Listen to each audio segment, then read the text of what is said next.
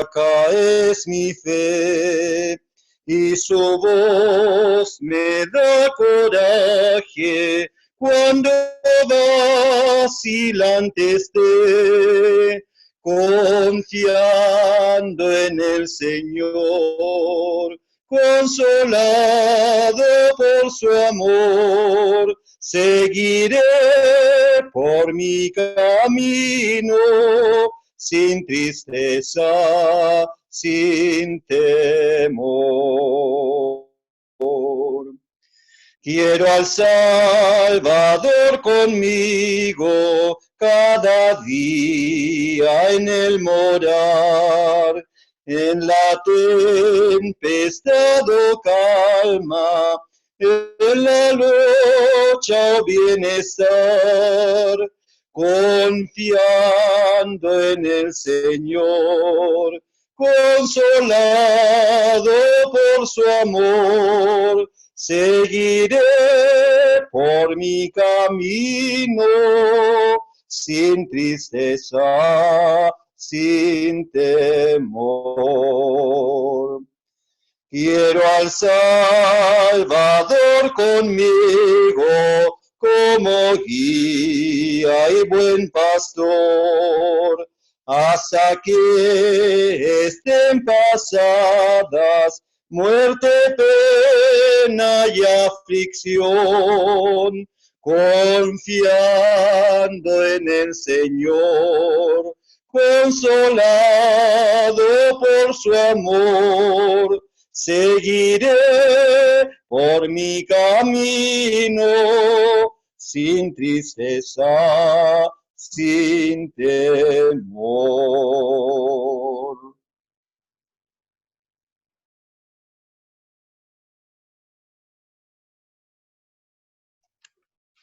Bueno, acá hemos preparado otro himno, el 231, si podemos cantar. El 231 dice: ved que acercándose el día va, en que el Señor en su gloria vendrá, a recoger en su alfolí lo que sembramos en tanto aquí. El 231. Y gracias, hermano Ricardo Pérez, por compartir el himno. Comenzamos. Ved que acercándose el día va, en que el Señor en su gloria vendrá, a recoger en su alfolí lo que sembramos en tanto aquí. Él su fruto recogerá, sí, su fruto recogerá.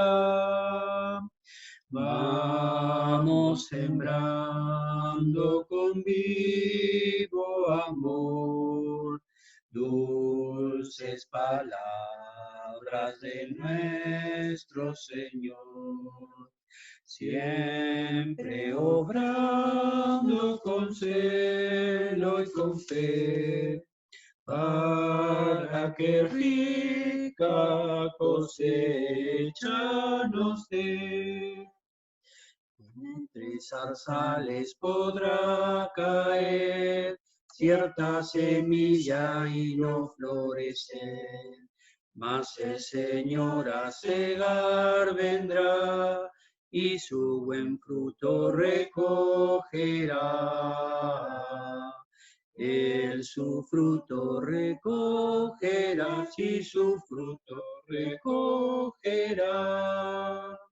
Vamos sembrando con vivo amor dulces palabras de nuestro Señor, siempre obrando con celo y con fe, para que rica cosecha nos dé.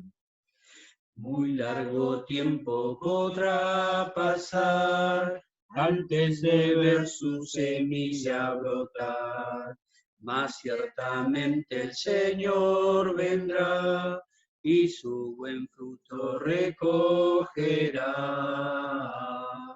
Él su fruto recogerá, sí, su fruto recogerá.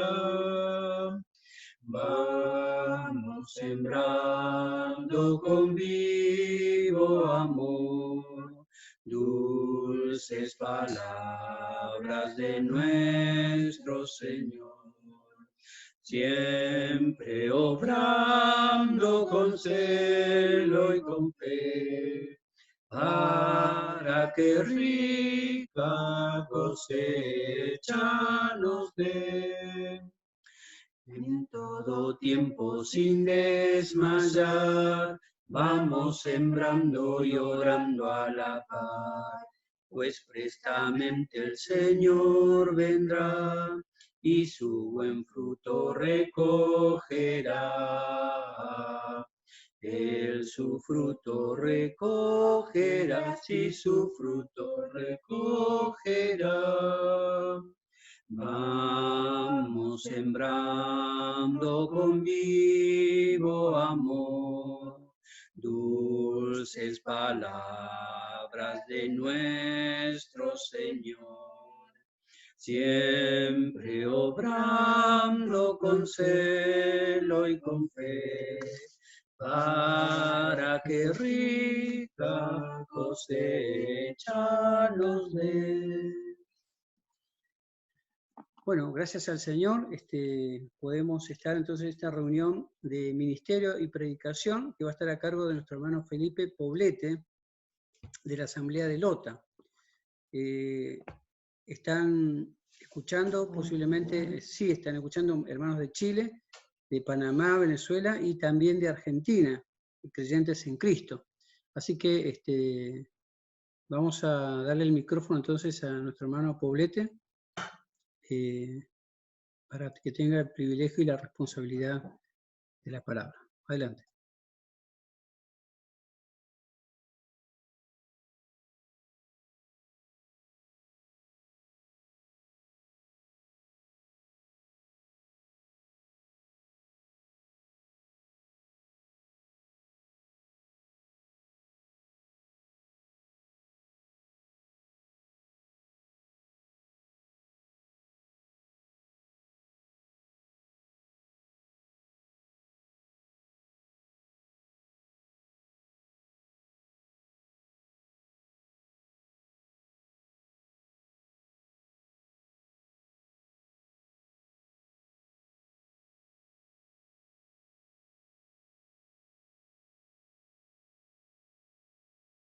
¿Me escuchan ahora?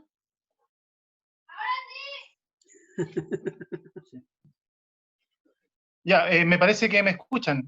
Bueno, saludo a todos los hermanos, a los amigos que se han conectado a lo que es la meditación de la palabra de Dios. Ciertamente agradezco la invitación, no les conozco a cada uno de ustedes, pero ciertamente que a todos los creyentes verdaderos, lo que nos une a cada uno de nosotros es ciertamente el aprecio por el Señor y por su palabra, del cual vamos a considerar en esta oportunidad. Vamos a leer en el segundo libro de Samuel, el capítulo 8.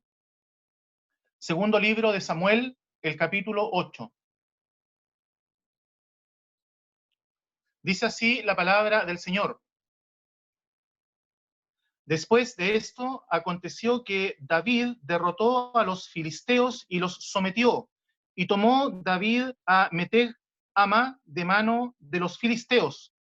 Derrotó también a los de Moab, y los midió con cordel, haciéndolos tender por tierra, y midió 2 cordeles para hacerlos morir, y un cordel entero para preservarles la vida. Y fueron los moabitas siervos de David, y pagaron tributo. Asimismo derrotó David a Hadad-Ezer, hijo de Roob, rey de Soba, al ir a recuperar su territorio al río Éufrates. Y tomó David de ellos 1,700 hombres a caballo y 20,000 hombres de a pie.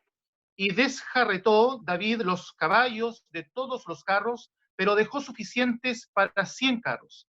Y vinieron los sirios de Damasco para dar ayuda a Hadad-Ezer, rey de Soba, y David hirió a los sirios de los sirios a 22.000 hombres. Puso luego David guarnición en Siria de Damasco, y los sirios fueron hechos siervos de David, sujetos a tributo. Y Jehová dio la victoria a David por donde quiera que fue. Y tomó David los escudos de oro que traían los siervos de Hadad-Ezer, y los llevó a Jerusalén. Asimismo, Beta y de Berotai, ciudades de Hadad-Ezer, tomó el rey David gran cantidad de bronce. Entonces, oyendo Toi, rey de Amat, que David había derrotado a todo el ejército de Hadad-Ezer, envió Toi a Joram, su hijo, al rey David, para saludarle pacíficamente y para bendecirle, porque había peleado con Hadad-Ezer y lo había vencido, porque Toi era enemigo de Hadad-Ezer. Y Joram llevaba en su mano utensilios de plata, de oro y de bronce, los cuales el rey David dedicó a Jehová con la plata y el oro que había dedicado de todas las naciones que había sometido, de los sirios, de los moabitas, de los amonitas, de los filisteos, de los amalecitas y del botín de Hadad-Ezer, hijo de Roob, rey de Soba. Así ganó David fama. Cuando regresaba de derrotar a los sirios, destrozó a 18.000 edomitas en el Valle de la Sal, y puso guarnición en Edom. Por todo Edom puso guarnición, y todos los edomitas fueron siervos de David.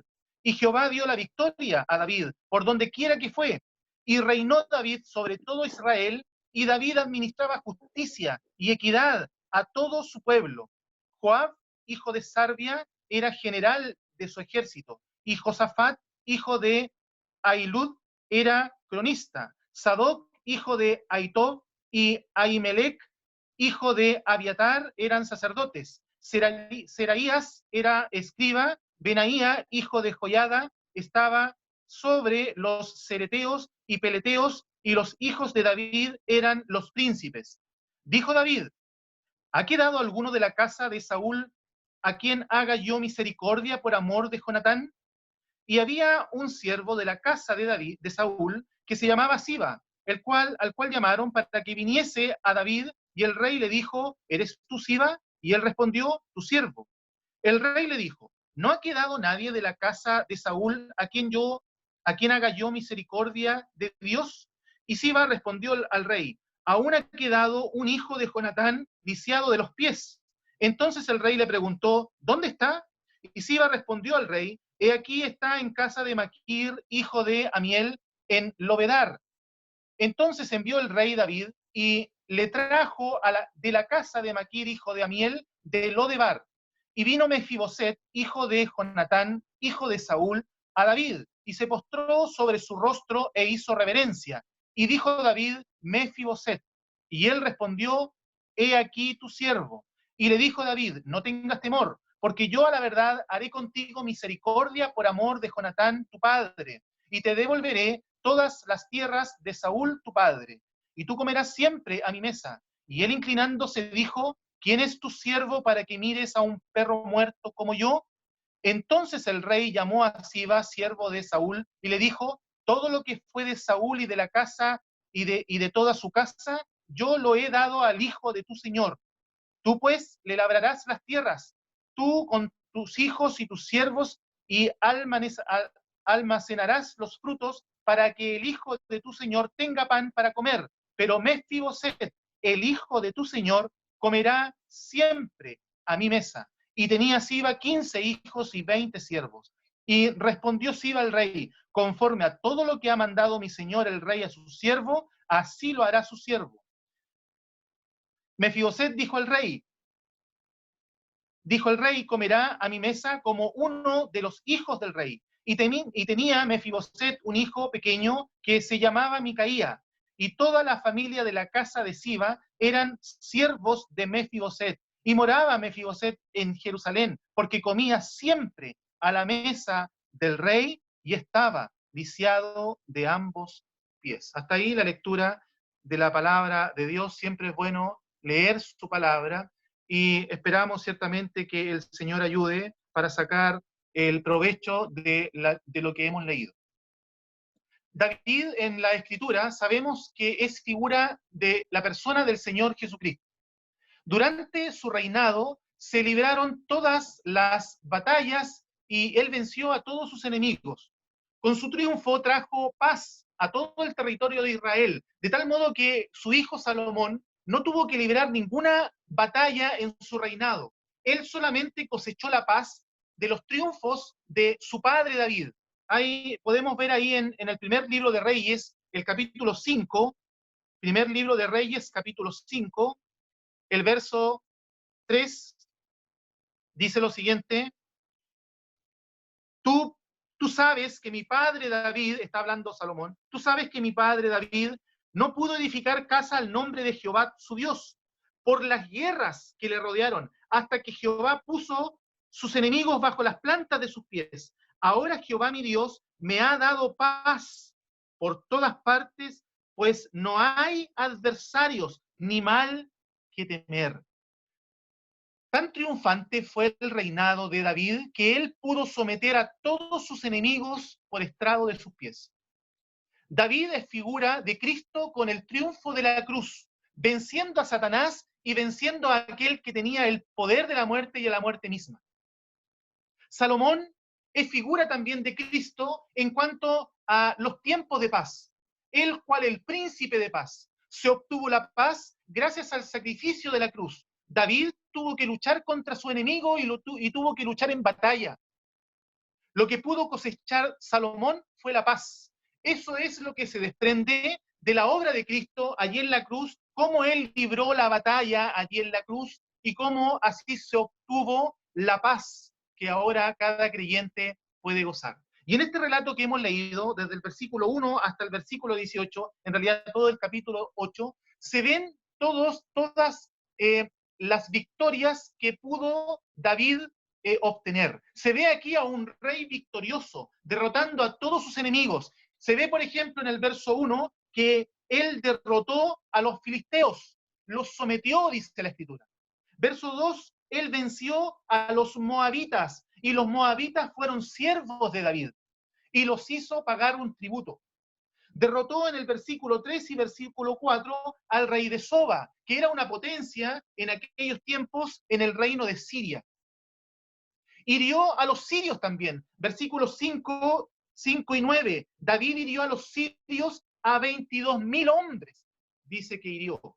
Y a los edomitas, verso 13, donde dice que ganó David fama y cuando regresaba de derrotar a los sirios, destrozó a 18.000 edomitas en el Valle de la Sal. Y no solamente eso, sino que en el versículo 14 dice que a todos ellos los edomitas, fueron siervos de David.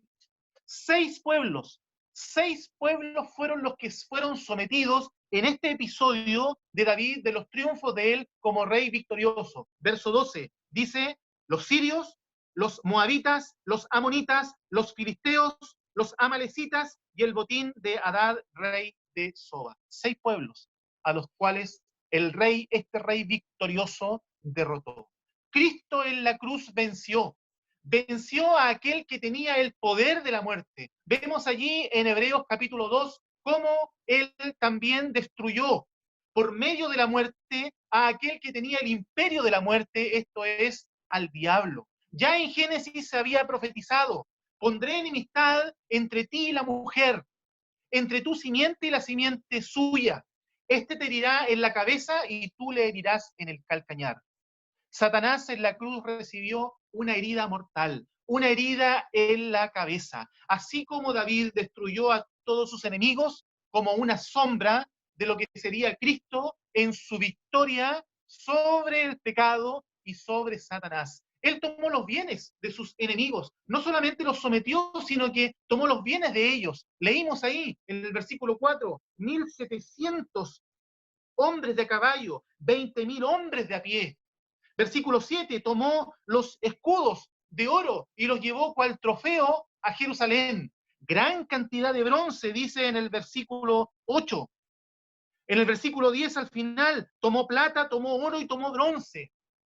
Y en el versículo 12 se habla acerca del botín del rey de Soba. Sí, Porque, mire, este pasaje, leámoslo en Lucas, el capítulo 11. Lucas capítulo 11 es una parábola que nos habla acerca de Cristo y el sometimiento contra Satanás.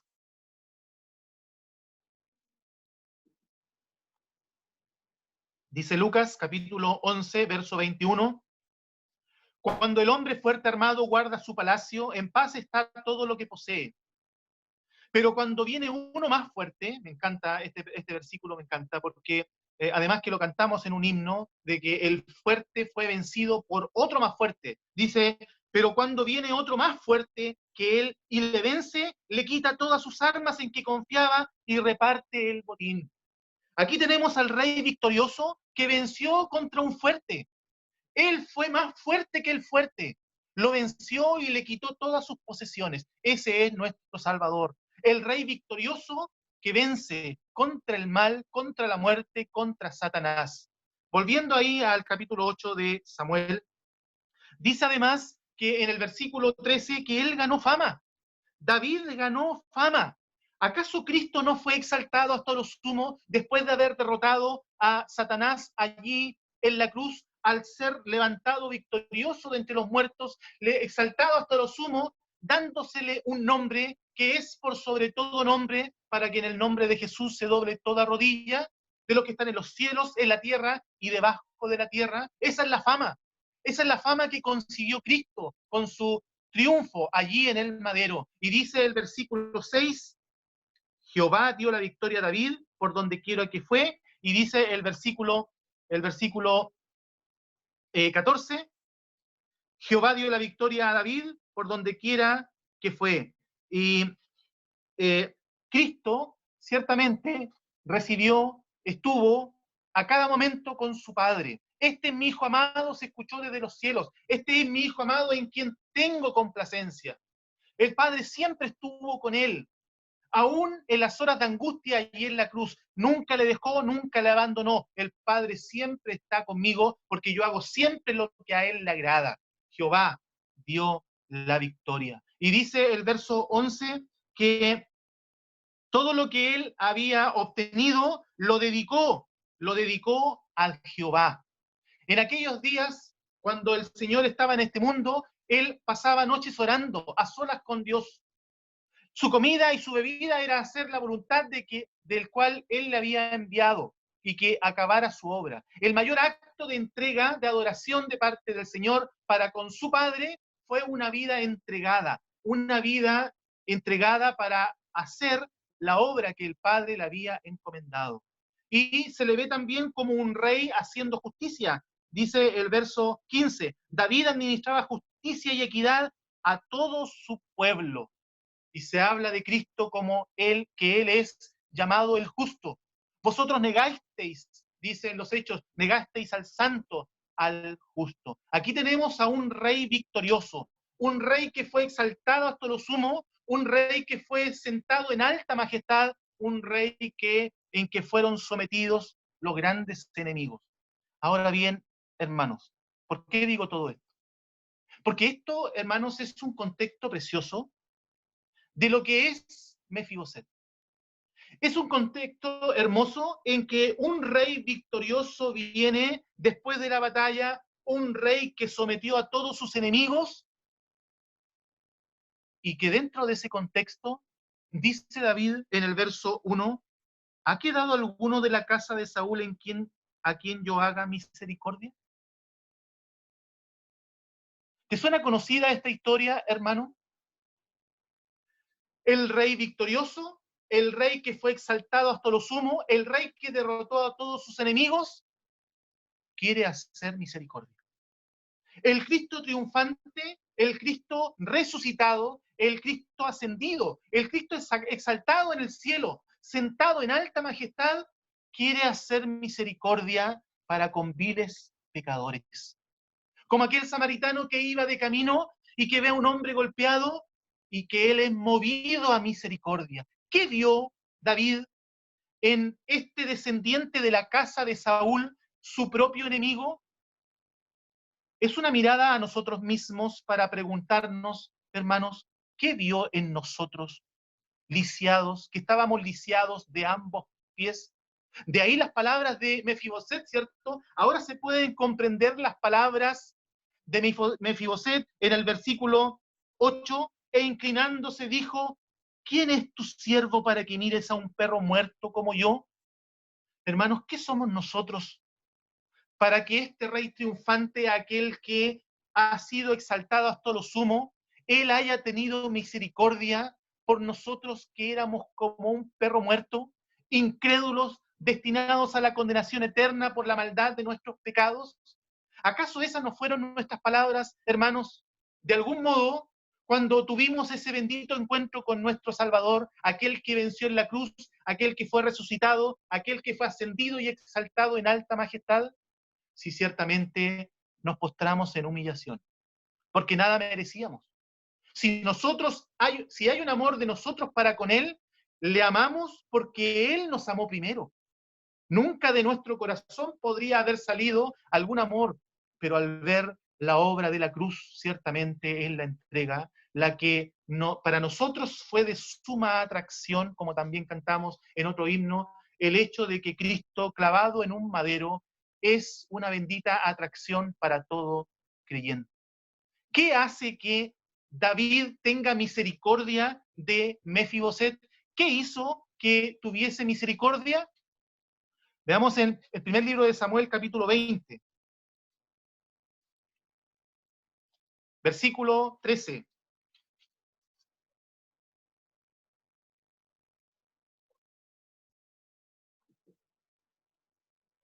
Está hablando Jonatán, el padre de Mefiboset.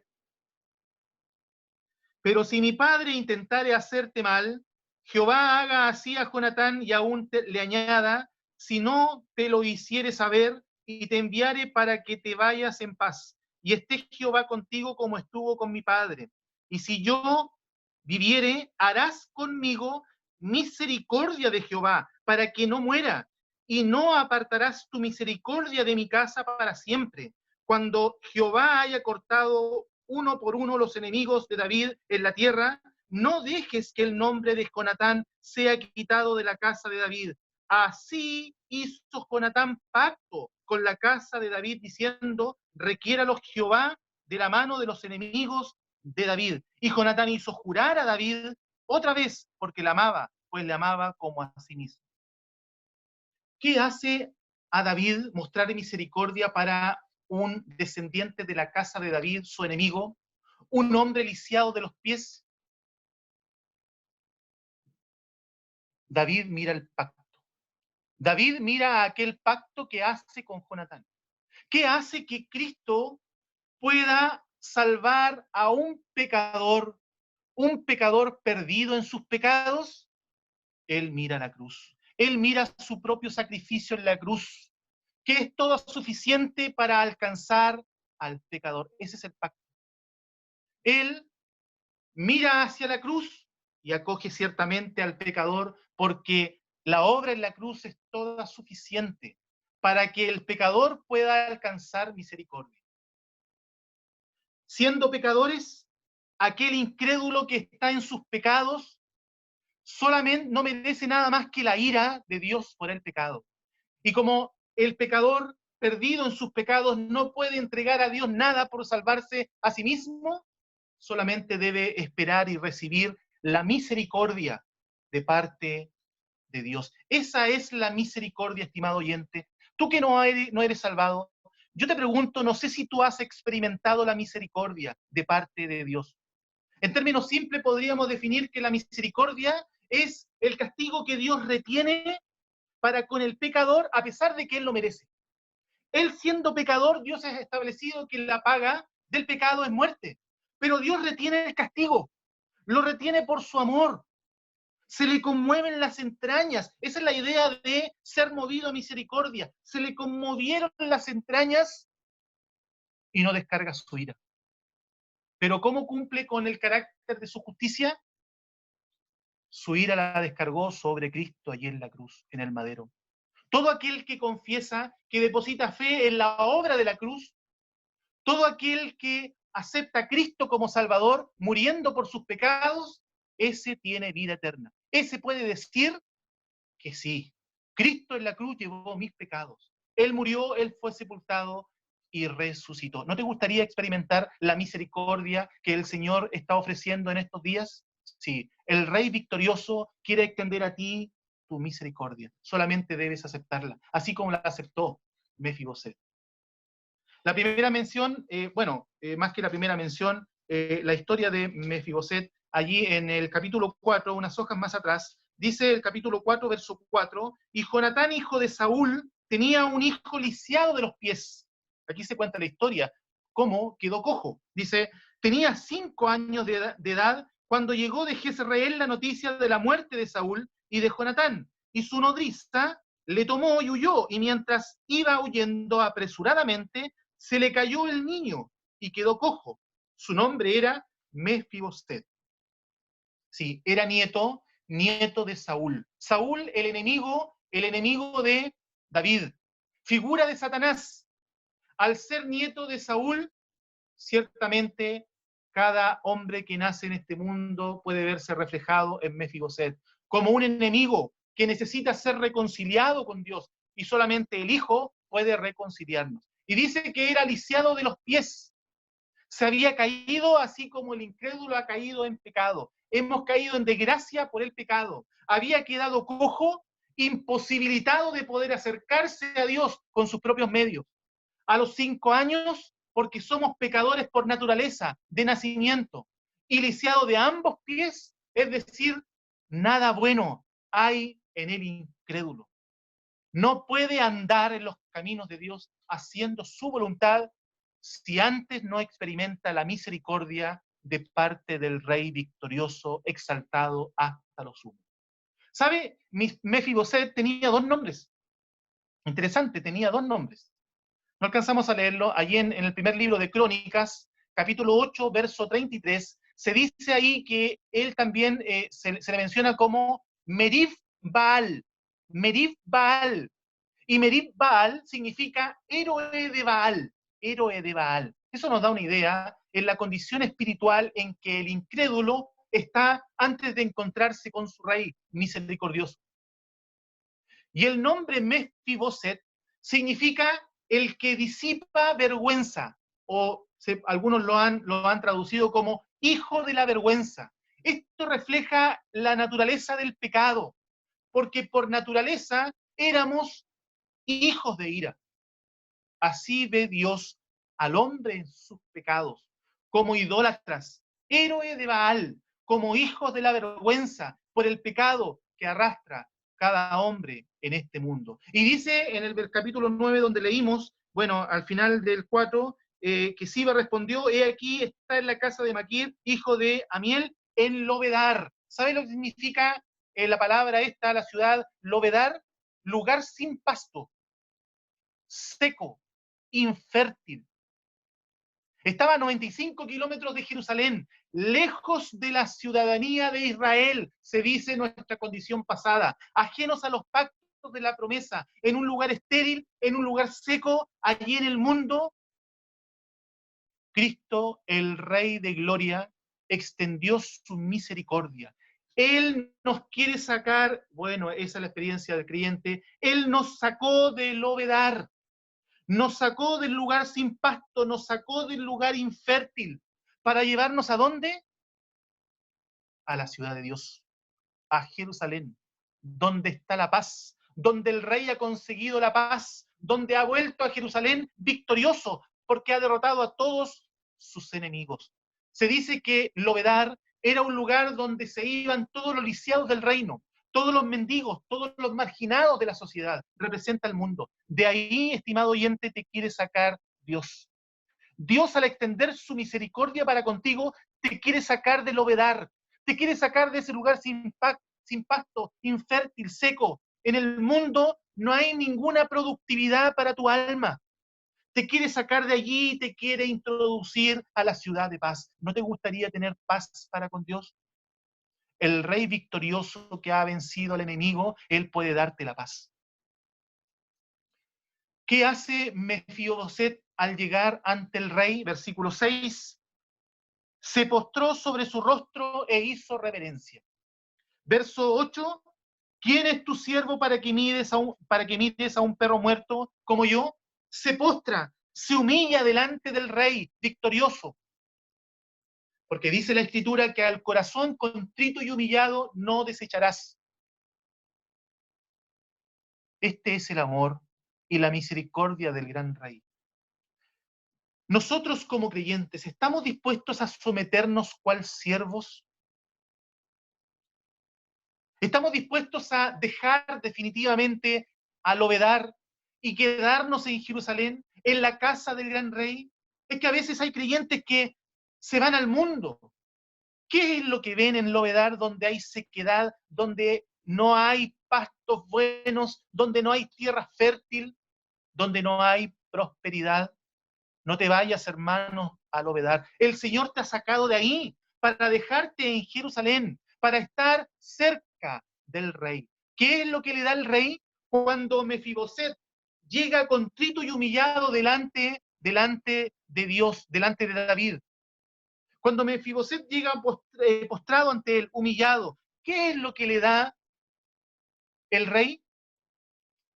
¿Qué es lo primero que le da a este rey victorioso? ¿Qué le dará este rey victorioso en batalla que ningún enemigo pudo hacer frente ante él? ¿Acaso no será movido a misericordia? ¿Acaso no se le conmoverán las entrañas por aquel que no puede entregar nada a él, nada a este rey? ¿Qué podría darle Mefiboset a este rey si había conseguido oro, plata, bronce, escudos de todos sus enemigos? ¿Qué podría darle Mefiboset a él? Ciertamente nada. En tus pecados, estimado oyente, nada le puedes dar a Dios. Hermanos, nada pudimos darle a Dios, solamente fuimos a la cruz con nuestra fe. Es lo único. Aceptar solamente el regalo de la salvación. Lo que le da el rey en primer lugar, bueno, ya hemos visto, versículo 1, le extiende su misericordia.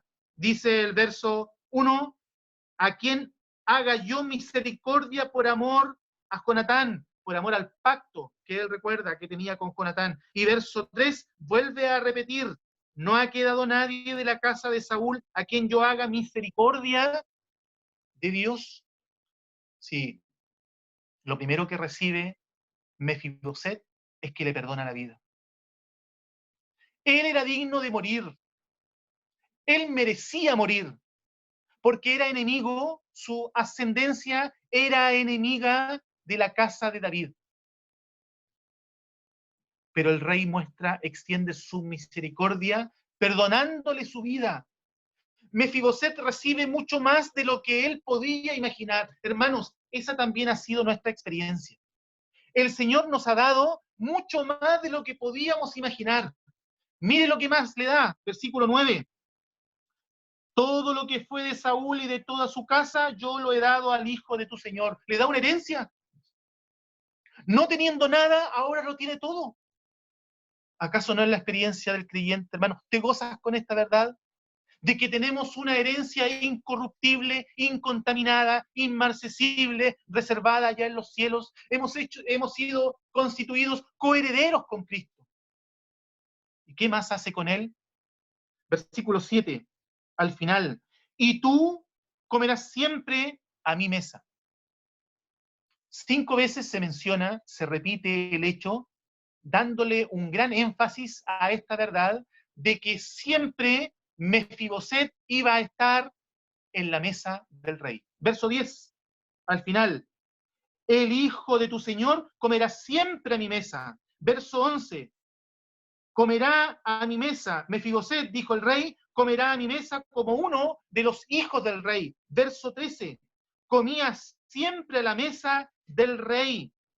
Y capítulo 19, verso 28, dice, tú pusiste a tu siervo entre los convidados a tu mesa. El estar sentado a la mesa del rey es un lugar único, es un lugar de privilegio, es un lugar inmerecido, es un lugar de exaltación, es un lugar de comunión, es un lugar de misericordia. ¿Quién es tu siervo? Dice Mefiboset. ¿Quién es tu siervo para que mires a un perro como yo, que me des una herencia, que perdones mi vida y que aún así tú quieras que yo esté sentado a tu mesa, comiendo de la misma comida, conversando el mismo tema contigo, que esté muy cerca de tu diestra? ¿Quién es tu siervo para que mires a un perro muerto como yo? ¿Quiénes somos nosotros, hermanos, para haber obtenido tan alta estima a los ojos de este rey victorioso en batalla que consiguió el triunfo sobre Satanás y sobre el pecado? Ciertamente esto, hermanos, nos hace gozarnos, nos hace postrarnos ante nuestro Señor, ante tanta gracia que hemos recibido de parte de nuestro Señor.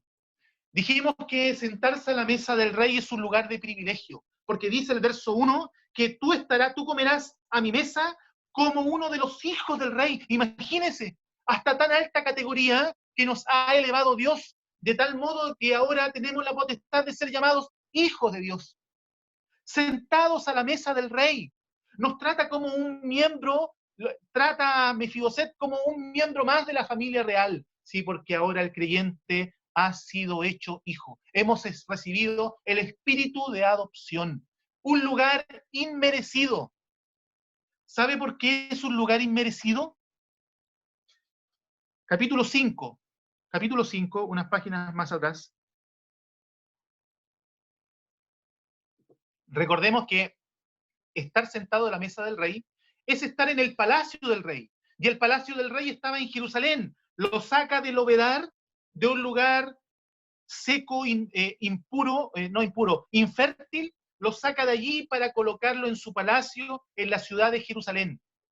Capítulo 5, verso 8 dice, y dijo David aquel día, todo el que hiera a los jebuseos suba por el canal y hiera a los cojos y ciegos, aborrecidos del alma de David. Por eso se dijo, ciego ni cojo. ¿Cómo era Mefiboset? ¿Acaso no era cojo? Dice, ciego ni cojo no entrará en la casa de David. ¿Y qué pasa ahora? Es que el rey ha extendido su misericordia.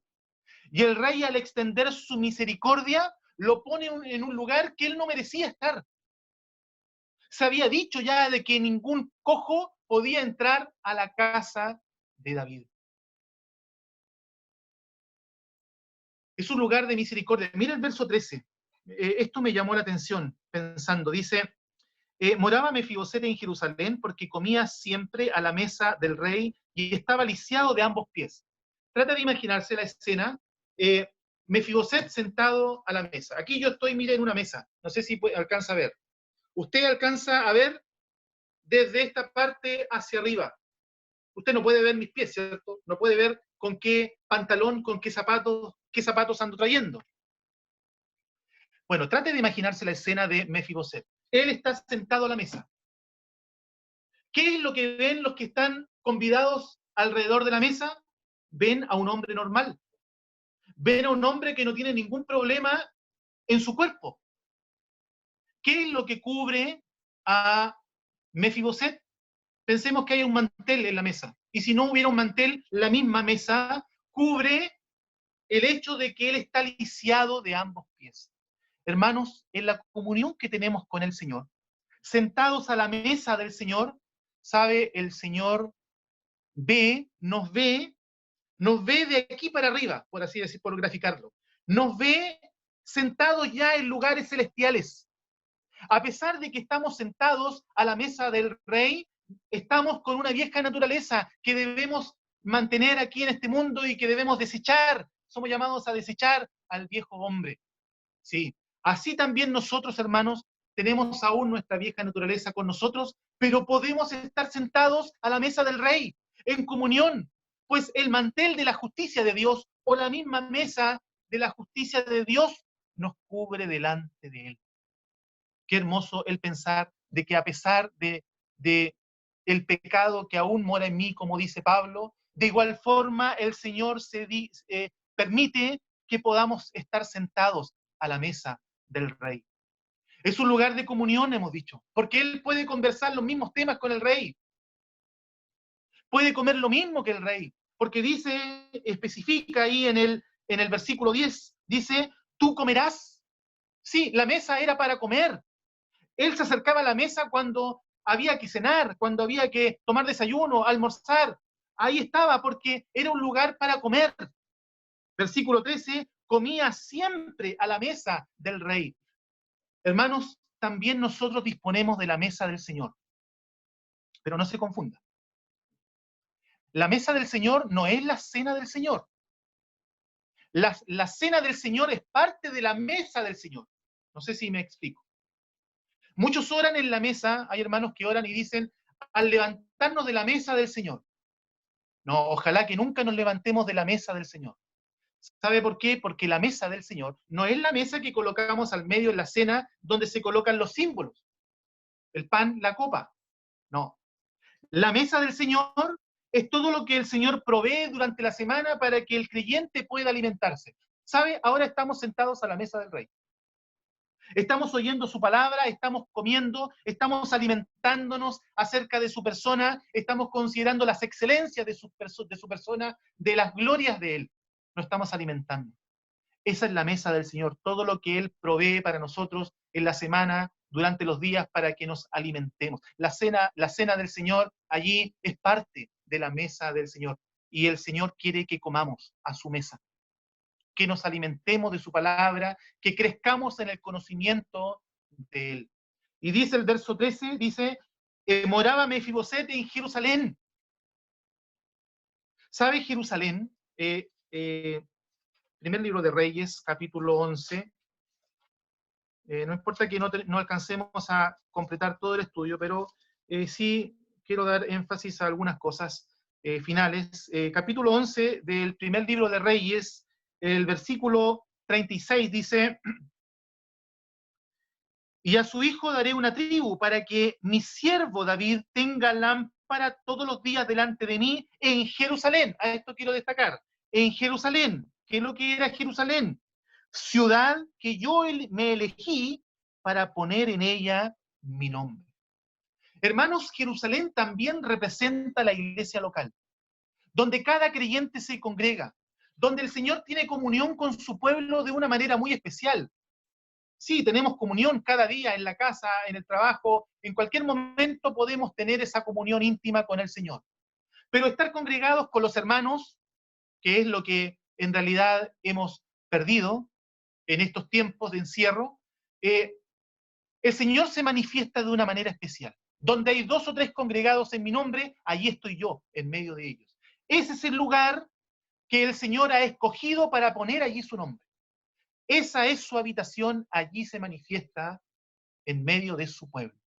Nos sacó del árido desierto del Obedar para ponernos en Jerusalén, el lugar que Él escogió para poner allí su nombre. ¿Echamos de menos, hermanos, el congregarnos? ¿O qué echamos más de menos? El otro día meditábamos en otro estudio. ¿Qué echa más de menos, hermanos? Lo que más se escucha, hoy echo de menos juntarme con los hermanos, poder abrazarlos, estar con ellos. Pero, hermanos, echas de menos, estamos conscientes o hemos asimilado bien el hecho de que cuando nos congregamos como iglesia, el Señor está presente. ¿Echamos de menos su presencia? ¿Tú sientes la presencia del Señor cuando nos juntamos como iglesia? ¿Qué si sacáramos, en ese día meditábamos en eso, qué si sacáramos todo lo que rodea a la iglesia local? Tus hermanos afines con los cuales te juntas, el ministerio que tienes en medio de su pueblo, el ministrar la palabra, el pastorear, el estar con los niños, hacer clases. Si no volvieras a hacer ninguna de esas cosas, ¿sería atractivo el lugar de su nombre? ¿Seguiría siendo atractivo porque Cristo está allí en medio nuestro? Oh, hermanos, que no despreciemos el hecho de que en el lugar de su nombre, donde Él escogió para poner allí su nombre, es allí donde Él se manifiesta, donde podemos tener una comunión especial. No dejemos de congregarnos cuando tengamos, si Dios así lo permite, la posibilidad de volver a congregarnos. Que echemos de menos, más que estar con los hermanos, que hemos perdido estar en la presencia del Señor. ¿Cuál es la gratitud de Mefiboset? Con esto va a terminar. Quizás lo voy a mencionar solamente, no voy a profundizar en los puntos. Puede quedar como una tarea para que cada hermano profundice en esto, que tiene relación con la gratitud de Mefiboset para con el rey. Capítulo 19 del segundo libro de Samuel. Versículo 24. No voy a leer el texto por el tiempo, pero la historia esta es cuando David vuelve del exilio luego de haber huido de Absalón. Y cuando vuelve a Jerusalén, él se encuentra con Mefiboset. Y dice el verso 24, también Mefiboset, hijo de Saúl, descendió a recibir al rey, dice. Y dice el verso 26, el rey le dijo, el 25, luego que vino él a Jerusalén a recibir al rey, el rey le dijo, Mefiboset, ¿por qué no fuiste conmigo? El rey se enoja. Mefiboset, yo me fui exiliado, ¿por qué no me acompañaste? Aquí se descubre el corazón de Mefiboset. Porque dice, mi siervo me engañó. Enalbardó, dice el 26, mi siervo me engañó, pues tu siervo había dicho, enalbárdame un asno y montaré en él e iré al rey, porque tu siervo es cojo. Se descubre que en realidad él tenía toda la intención de ir al exilio con el rey. Estaba listo para partir, pero fue engañado por su siervo. Se descubre la verdadera intención de seguir al rey, de seguirlo aún hasta el exilio, por la misericordia que mostró el rey para con él. ¿Estamos dispuestos, hermanos, a seguir las pisadas del rey? Un hombre una vez le dijo al Señor, te seguiré a donde quiera que vayas. A lo que el Señor le contestó, las zorras tienen guaridas y las aves del cielo nidos, pero el Hijo del Hombre no tiene dónde recostar su cabeza. ¿Me seguirás igual? Hermanos, ¿estamos dispuestos a seguir las pisadas del rey? ¿De este rey que mostró misericordia para con nosotros? Segundo, verso 24.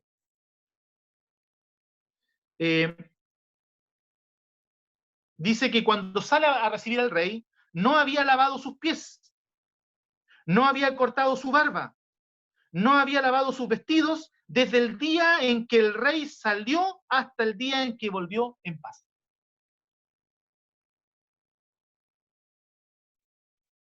Fue una tristeza profunda el no poder estar sentado nuevamente a la mesa del rey, porque estando ausente el rey, él no pudo volverse a sentar a la mesa del rey. ¿Es ese nuestro sentir, hermanos, cuando no nos congregamos? Cuando no estamos a la mesa del rey. Verso 27. Otro aspecto del aprecio que tenía Mefiboset por el rey. Verso 27 dice, me llama la atención esto, más mi señor es el rey, mi señor el rey es como un ángel de Dios. ¿Cuánto aprecio siente nuestro corazón para nuestro Señor, para el Rey de Reyes que extendió para con nosotros su misericordia? Y verso 28, recuerda, justamente trae a la memoria, trae a su recuerdo la misericordia que el Rey extendió un día para con él. Dice, porque toda la casa de mi padre fue digna de muerte delante de mi Señor el Rey, y tú pusiste a tu siervo entre los convidados de tu mesa. Hermanos, que cada día mantengamos el aprecio por la misericordia de nuestro Dios, que se dignó en no hacernos conforme a nuestras maldades. Esa es la misericordia. Retuvo el castigo para con nosotros. No nos pagó conforme a lo que nuestros pecados merecían, sino extendió su misericordia. Este es el aprecio que siente uno que ha experimentado la misericordia de nuestro Dios. No, Él se dignó a hacer, no se dignó en hacernos conforme a nuestras maldades, sino que nos dio lo que no merecíamos y nos dio más de lo que merecíamos. Y mire lo que dice el verso 30. El rey dice que le iba a dar tierras. Dice, y el rey le dijo, ¿para qué más palabras? Yo he determinado que tú y Siba os dividáis las tierras. El rey, aparte de todo lo que tenía, ya Mefiboset, aparte de todo lo que gozaba en nombre de David, le iba a dar tierras. ¿Y qué responde Mefiboset? Qué hermoso lo que responde Mefiboset. Dice, y Mefiboset dijo al rey, deja que él las tome todas. No me interesan las tierras. No me interesan las posesiones materiales de este mundo. Que las tome todas. Pues que mi señor el rey haya vuelto en paz a su casa, eso le conformaba. Qué precioso. ¿Qué buscamos, hermanos, en nuestra vida cristiana? Por nuestro servicio al rey. ¿Buscamos alguna recompensa? ¿Buscamos algún honor de parte de los hombres? ¿Buscamos algún reconocimiento de parte de los hermanos? No. Que el Señor se lleve toda la gloria, porque Él ha extendido su misericordia para con nosotros, para que podamos estar sentados a la mesa del Rey. Allí en el verso 12, en el capítulo 9, donde leímos, Mefiboset tenía un hijo, dice, que se llamaba Micaía. Y Micaía significa, ¿quién es como Dios?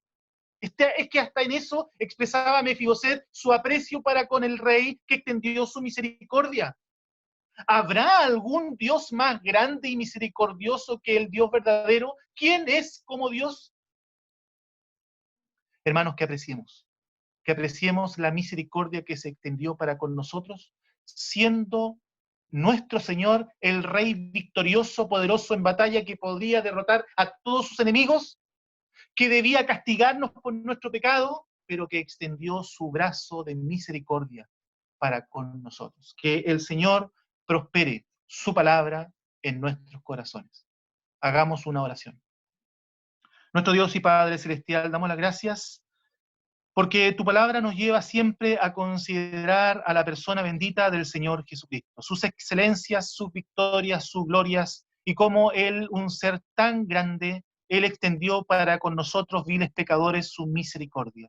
Le amamos a Él porque ciertamente Él nos amó primero. Haznos comprender por tu Santo Espíritu a apreciar cada día más el disfrute de las bendiciones que tenemos al estar sentados a la mesa del Rey. Queremos quedar encomendados en tus manos, rogando tus cuidados para con los hermanos a través del país, en otros países que también están conectados, para que tu brazo de amor se siga extendiendo para con nosotros. En estos tiempos de angustia, para que tú consueles nuestra alma, para que podamos estar ciertamente confiados en la mano del Señor, que Él nos protege, que Él sabe los tiempos, que Él conoce las aflicciones de tu pueblo. Especialmente pensamos en hermanos que están encerrados en sus casas y que están solos físicamente en sus casas. Rogamos una bendición especial para ellos, para que ellos sientan tu compañía, para que tú les hagas sentir tu compañía por tu palabra, por tu Santo Espíritu, y que permanezcan fieles al Señor. Lo rogamos todo y lo pedimos en el nombre del Señor Jesucristo. Amén.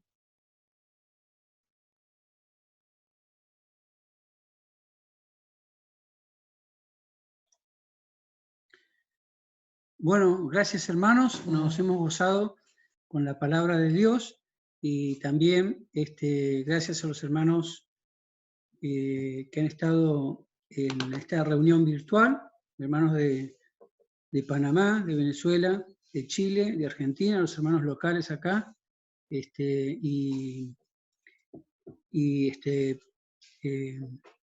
nos acordamos en oración también de los hermanos que están pasando por necesidades, por pérdidas de trabajo, y bueno, y que el Señor nos sostenga para poder así tener esa hambre espiritual y como Mefiboset, que fue destinatario de la misericordia de David, que nosotros podamos tomar conciencia de que hemos sido destinatarios de la misericordia del Señor. En estos tiempos que no comprendemos por qué está paralizado todo el mundo y no podemos congregarnos al nombre del Señor Jesucristo. Así que gracias hermanos por compartir la palabra de Dios y lo esperamos por acá nuevamente. Y nosotros tendremos una reunión similar el día sábado, a las 19 horas Argentina, a la misma hora que ahora, ¿sí? Para Chile es las 18 y Panamá creo que es las 17. Así que, bueno, están abiertos los micrófonos, hermanos, para si quieren compartir saludos. Habilitamos. Ahí está. Micrófonos y saludarse. Cada uno puede activar el micrófono, sí.